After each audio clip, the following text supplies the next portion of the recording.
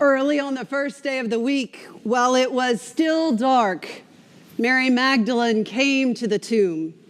Alleluia, Christ is risen. The Lord is risen indeed. Hallelujah.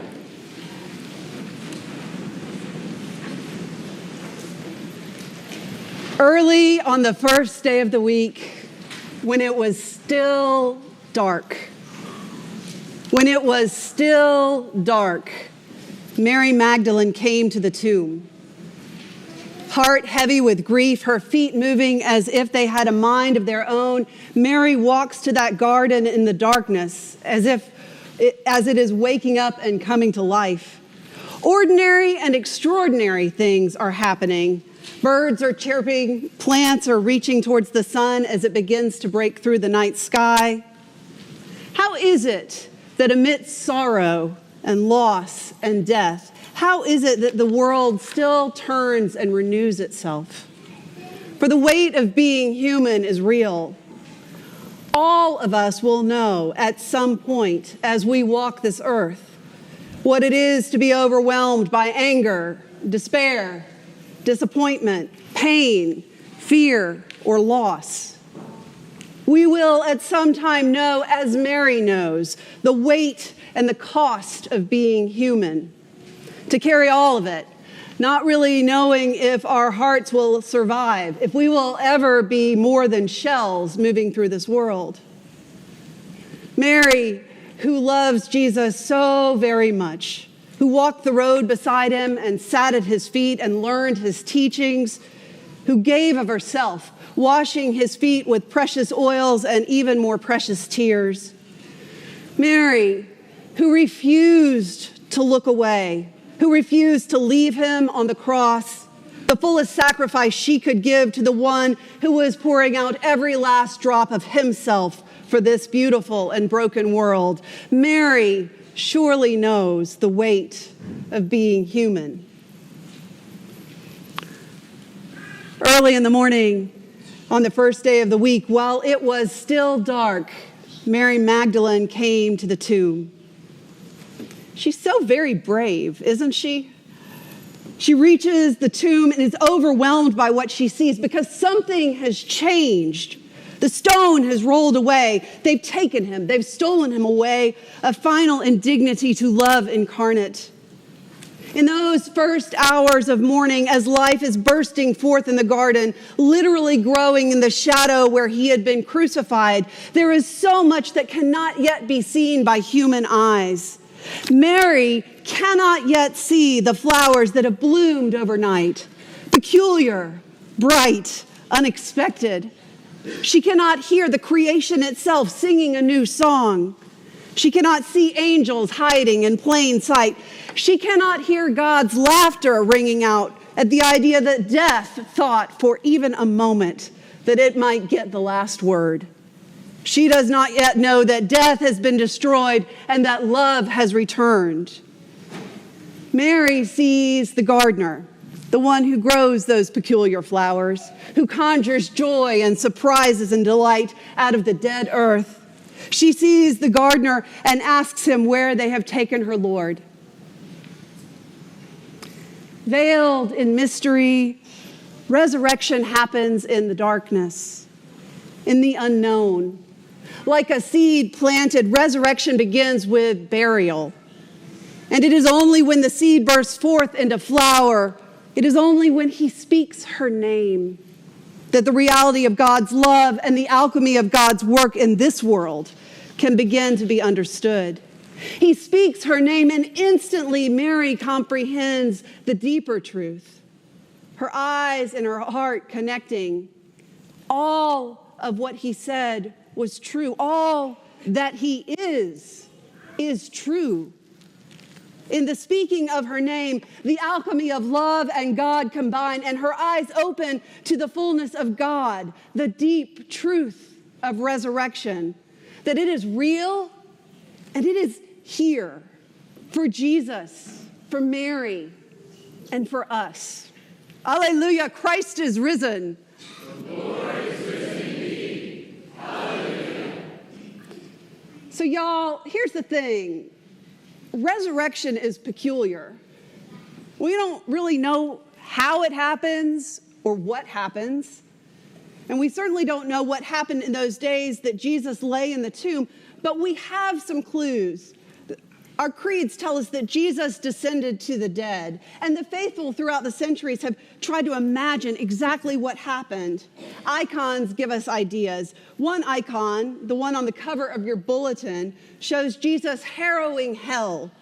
It is said that during the 3 days, Jesus himself went to the land of the dead, and the gates of hell are broken, shattered, and Jesus begins to restore what humanity so carelessly broke. Jesus once again extends his arms of love, this time reaching out to Adam and to Eve, pulling them up and out of Hades, and hell and death are in an uproar because Jesus has entered into it and destroyed it. Like a thief, Jesus robs death of its power.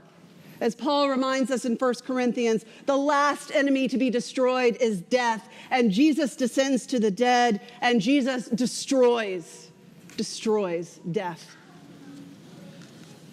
However we begin to understand this mystery, the good news is this: resurrection is not an ancient story tucked away in antiquity. Resurrection is alive and real and now, and it is for you.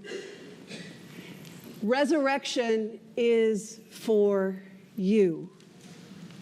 Not merely observers, we are recipients of the mystery, of the deepest truth that God's love is stronger than this world's brokenness and hatred, that love breaks the bonds of death, and that God calls each and every one of us by name.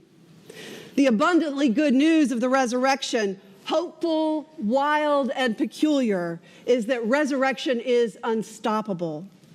Y'all, resurrection is happening even now in this broken world amid division and strife. Even when, like Mary, we can't quite see it, it's still there. God is working in those spaces, working in the darkness.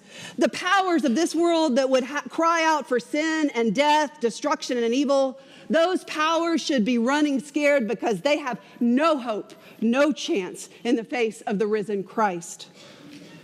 Like Mary, we may not always recognize it until it greets us and calls us by name. But the holy truth is that the alchemy of love and God is always at work in this world, bringing forth life. Resurrection is real, and it's happening right here, right now. Resurrection is happening in Marietta and in Cobb County. It's happening here at St. Catherine's and right down the road at Grace Church. It's happening somewhere over there at Eastminster Presbyterian.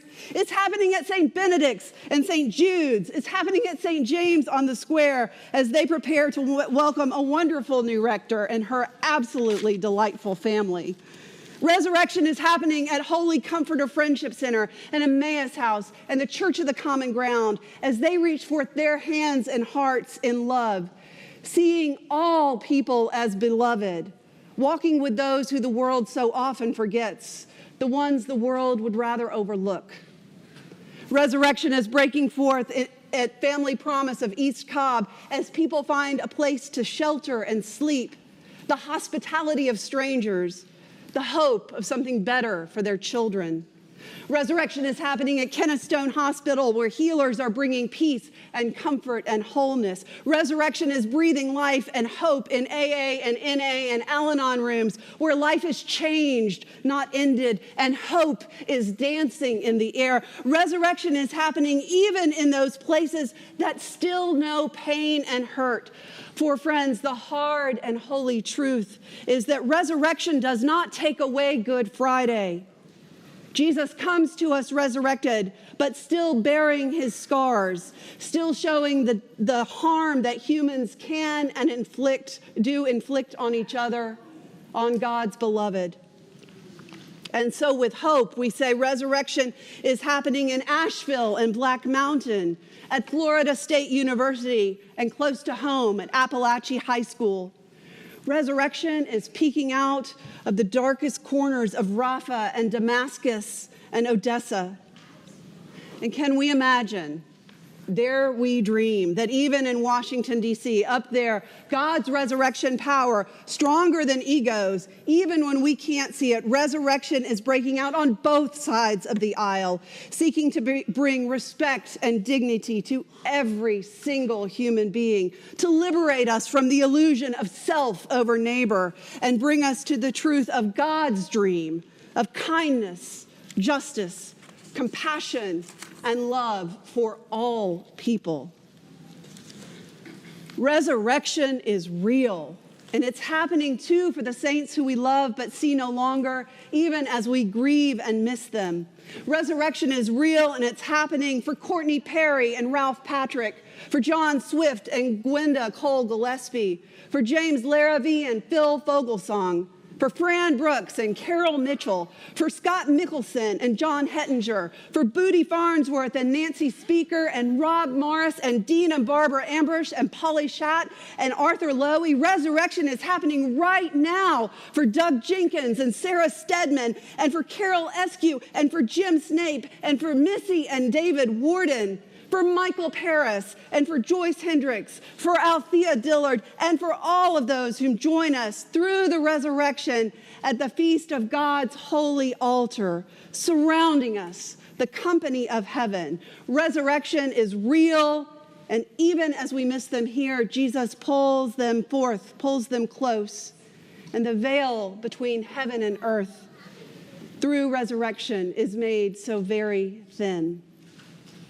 And resurrection is bursting out for those who have joined us on this wild and holy ride called life. For Olivia Ann Walmsley, Elania Rose Martin, Sophia Louise McElhenney, Tess Save, and Miles and Shelley Walker, the newest members of this community, God's indelible love flowing in their very beings, washed in the waters of baptism, the waters of resurrection life.